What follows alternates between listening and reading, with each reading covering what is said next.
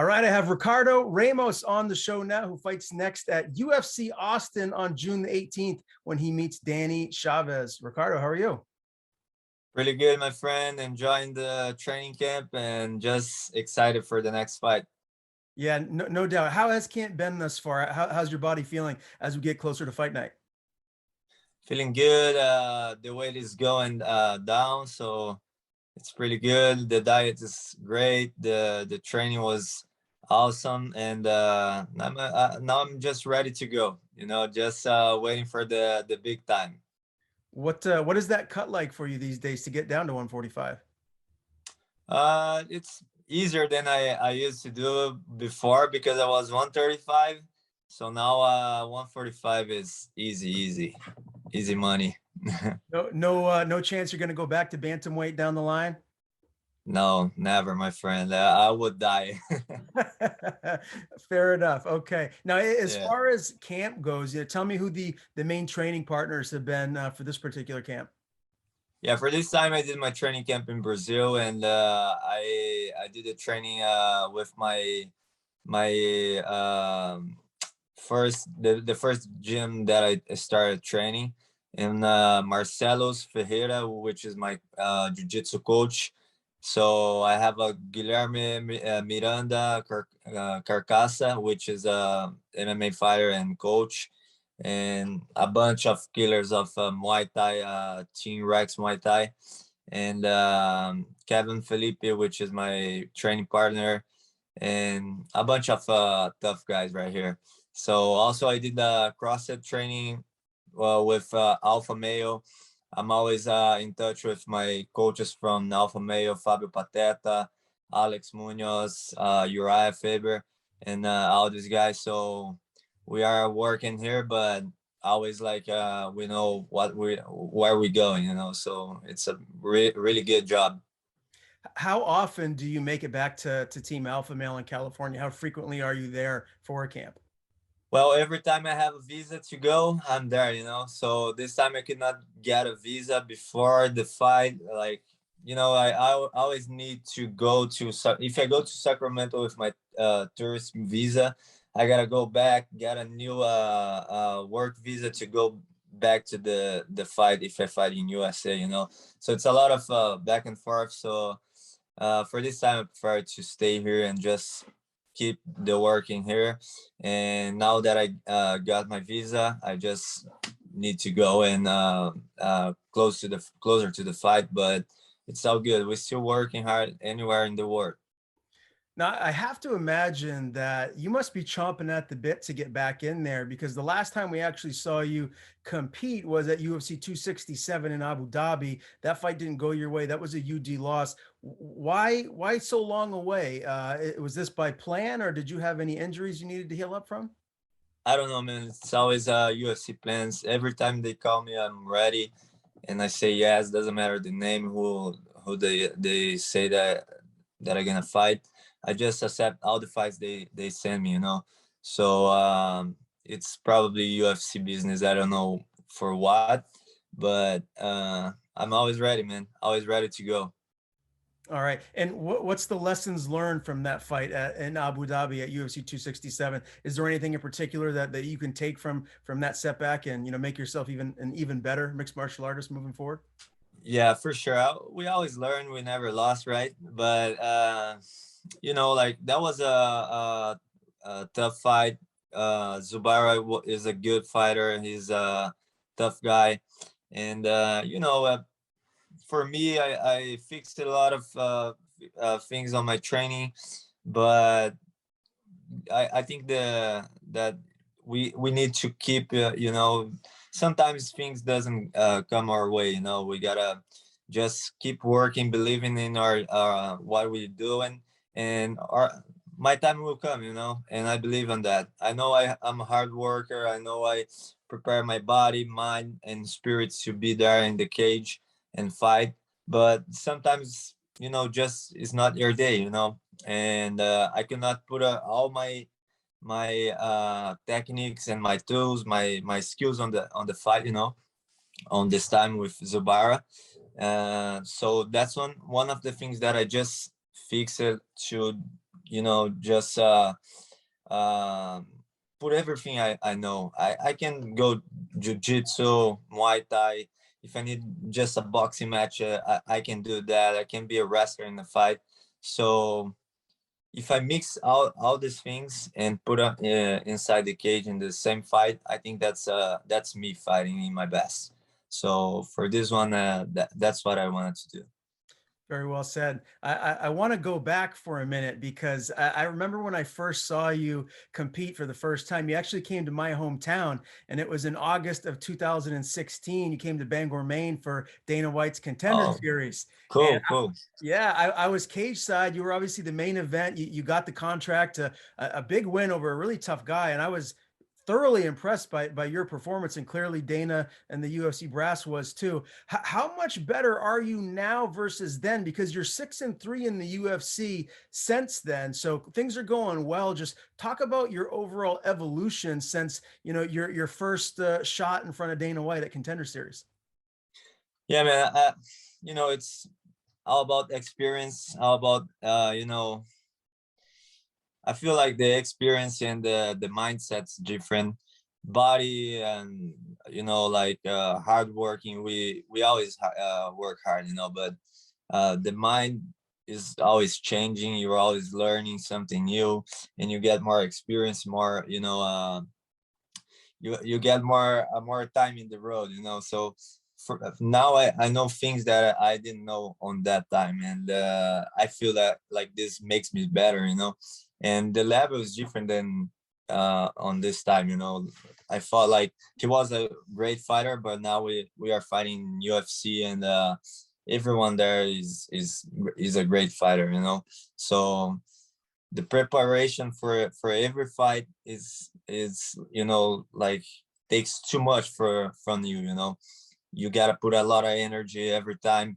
And for this fight, I wasn't working hard for this fight for sure, but I feel like every fight you're learning something new. Now you gotta fix, like you gotta improve like your conditioning, and then you gotta improve your mindset training. You gotta improve your cognitive training and everything. So every time you're putting something more, and completing like the way you train for each fight. So I feel like now I know so much more than I was on this time, you know. So I feel like I'm not only a better fighter, but a better I have more information in my life, you know. So now I'm a better person too, and better student of fight. So that's what I think. It's not only about to be a fighter, but to be um other things too, you know, in my life. So I'm a complete a better and more knowledgeable. Have more knowledgeable in as a fighter and coach and everything. Fantastic. Well, yeah, clearly things are going well for you. Let's talk about your new weight class, up from 135. Now we're at featherweight 145. Obviously, you wouldn't be in this weight class if you didn't think you could, crack the top 15, top 10, and so on, and maybe have a belt wrapped around your waist one day. How do you feel your skill set, your size fits in at 145? Do you feel like it's just a matter of time before you're going to be starting to get those top 15, top 10 matchups? Yeah, I feel I'm healthy. I'm good. You know, it's when I moved it to 145, I had to do this because I visited PI, and they said, man, you gotta go up, because if you don't do that, you're gonna probably, you know, have a short career, because you're spending like too much energy to make 135, and you lost muscles and everything. So your size is not for 145, so you for 135 you should be on 145 for sure. So it's just about like understand the division. It's like, I think I moved it to a couple fights ago. I don't remember how many fights ago I moved it to 145, but you know, it's a work to get in this division, and I'm working hard to get on the top 15s and get on this belt. but I know it's not just like that. You gotta work, you gotta believe in the work you're doing, putting muscles every training camp, and after the fights you're working on your muscles. So every time we are building this fighter who will be competing on in top 15 and one day be a champion. So it's a slow process, not only like one day to get there. So Yeah. we got to work hard and be patient to getting the results. Okay, I love that answer. Give me your title pick. We have the trilogy matchup right around the corner for the belt. Volkanovski Holloway 3. Who do you see winning this one, and how? Well, I believe Max Holloway will get this one. You know, you always learn from in the third one. That will be the one. You know, I think he learned it from the two last fights, and now he got more chance to get this one. And if he's ready to go, he's he did his he for sure he did his training camp very good in whatever he's training now. But I feel like if he's more complete fighter than Volkanovski, and he had more time to understand probably what he was his mistakes on these fights, and probably I would put my money on Max Holloway on this time. I like him fighting, and also I like his style, and I always watch his fights, so I'm a big fan of his work. So that means that we're going to have a fourth fight eventually, right?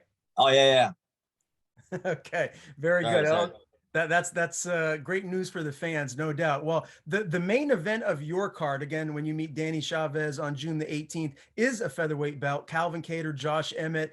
Real quick, who do you see winning that one? How do you feel like that's going to shake out? Sorry, who? Calvin Kattar and Josh Emmett. Oh yeah, Josh Emmett for sure. I trained with this guy. He's heavy hands. You know, he throw bombs, and I believe he's gonna win with knockout. And he got a lot of knockout power. And I trained with him before a couple of times in Alpha Male, and he's a killer, man. He's a winner, and he will get this knockout for sure. I believe 100% on his power to get this win. Oops, sorry. Okay. Yeah. So yeah, I'm with Josh Emmett for sure. Okay, Team Emmett it is. I can understand that. Team Alpha Male. I know Yeah. exactly where you're going there. All right, my friend. Let's talk about this matchup. Danny Chavez, 11-4-1. He's coming off a draw to Kai Kamaka. Previous to that, he's got a UD loss to Jared Gordon. So, he's been in there with some tough fighters himself. Break this one down for me. Stylistically, what kind of problems does he present? How do you feel this fight is going to play out?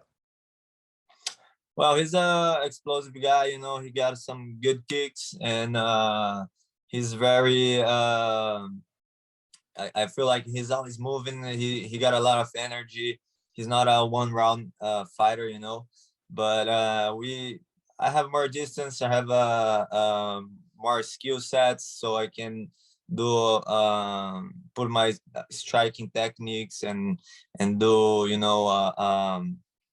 I can throw more techniques than him. So I feel like I have more tools to get this win, and that's what I'm gonna put on the fight. And also I can try takedowns. I can try to strike with him. It's all about feeling in the fight and see which way the fight's gonna be on inside the cage. It's always hard to say before the fight. We know how is his game. We know he throw kicks on the calf kick, and he throws some spinning kicks.